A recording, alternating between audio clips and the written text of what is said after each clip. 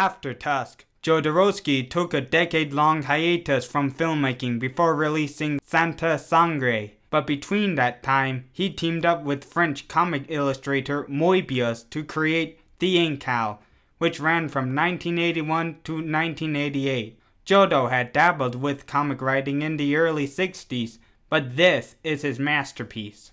Before I get into the story, I would like to mention that I own 2 copies. The first one I got is a super oversized edition of the 3rd book, and no description necessary. Just look at it. It's huge. People would like this for 2 reasons. Firstly, to dabble over the massive detail in Moebius's drawings, and also because it's a rarity. This is only one of only 999 copies in the whole world. I also have a much smaller version which looks identical at first glance, but it contains all 6 books of the same story. It is very helpful in scanning all the pages for this review, something which would have been much more difficult with the super oversized edition. However, I cannot help but feel that in the oversized edition that they're trying to overhype the artist over the author, which normally wouldn't be a big deal, but it seems that the world is intentionally trying to prevent Jodorowsky from being a mainstream name, even in a comic book he wrote. But enough talk, let's go into the plot. And oh man, it's killer, even for Jodorowsky. The plot centers around a private detective, John DeFool, who receives a pyramid-shaped crystal of immense power known as the Incal. What follows is a complex plot in which John gets involved with several factions, all of which are vying for the Incal, from the Amok rebels to the dark techno priests to the greatest warrior of the universe, the Meta Baron, as they race against a growing great darkness that threatens to destroy the whole universe. Just look at Moebius's illustrations. They're amazing. Visually, this tops the Holy Mountain. There, you have to face several issues such as the budgets, location permits, payment of cast and crew, whether it be the cameraman, grips, set designers, or builders. It takes a lot of money and effort to create the project. But for comic books, all you need is a damn good illustrator to bring the fantastic world to life. It's a cheaper way to tell an amazing story without as many people involved in its production. Yet at the same time, the whole book manages to tell a story. You just have to pay some attention. The plot succeeds immensely in developing characters that are likable, from the half-wolf, half-human Kill Wolfhead to the twin sisters Anima and Tanta, or my favorite one, DeFool's pet concrete seagull, Depot, who acts as a sidekick, only a little braver than his master.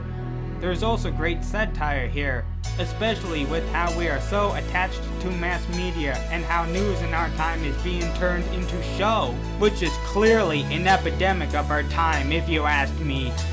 I don't have time to show all my favorite parts, or I will be spoiling the book, which I do not want to do in this case. But my favorite part occurs near the end when the group is facing the great darkness and they transform into disgusting monsters. It's disturbing, but that's because it has to be. They're going into their nightmares.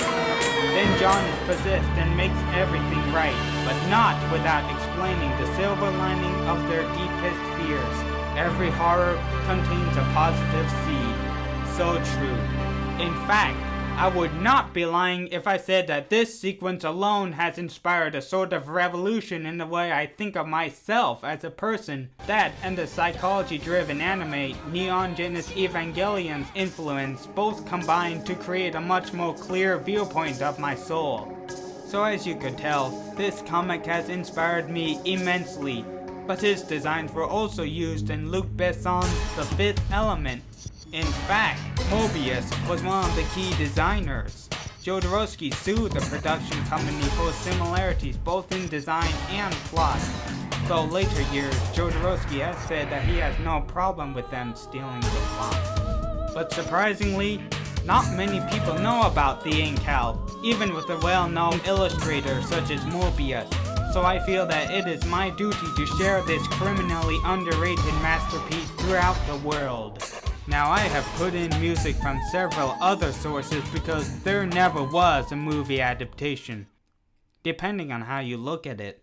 Nicholas Winding, the director of great films such as Drive, is attached to direct a live-action adaptation of the movie. But there was an attempt a few years ago to make an animated adaptation of the Incal. A recent trailer was released showcasing of neat animation. However, this trailer was released only a few years ago, and no news of it has been heard since. Now, these are remasters of older animation, I guess was made in the early 90s. Keep in mind, this was when Disney films such as Beauty and the Beast and Aladdin were huge, and of course the primary audience for these films were for children, an assumption that hasn't really left in all these years. That makes the fact that this Incal film was never made kind of sad, almost more so than Jodorowsky's Unmade Dune, because when it comes to adult animation in the US, very few have truly succeeded. And look at the animation, it's extremely good. I genuinely feel that this could have been North America's equivalent to Akira. Yes, this could have very well been one of the most revolutionary animated films of our time, and that opportunity just faded away. It was produced by Pascal Blaise, an animation company in Montreal, Canada, only an hour's drive from where I live. So someday I'll go over to Montreal, enter the studio and ask, "Where's the Incal?" But at least we still have the comic book and its several sequels and prequels and spin-offs, including After the Incal, Before the Incal, Final Incal, the Meta Barons, the Techno Priests, all part of the mind-blowing Jodoverse, of which I barely scratched the surface. And yes, I've only read the first story, but I feel that one mind-blowing comic is enough for the average mind to handle. Next time you're having a conversation about graphic novels, people might mention the classics such as Watchmen or The Dark Knight Returns, or more mature ones such as Persepolis or Mouse. That's when you should yell, "Incal! Incal! Incal!" and introduce them to the Jodoverse.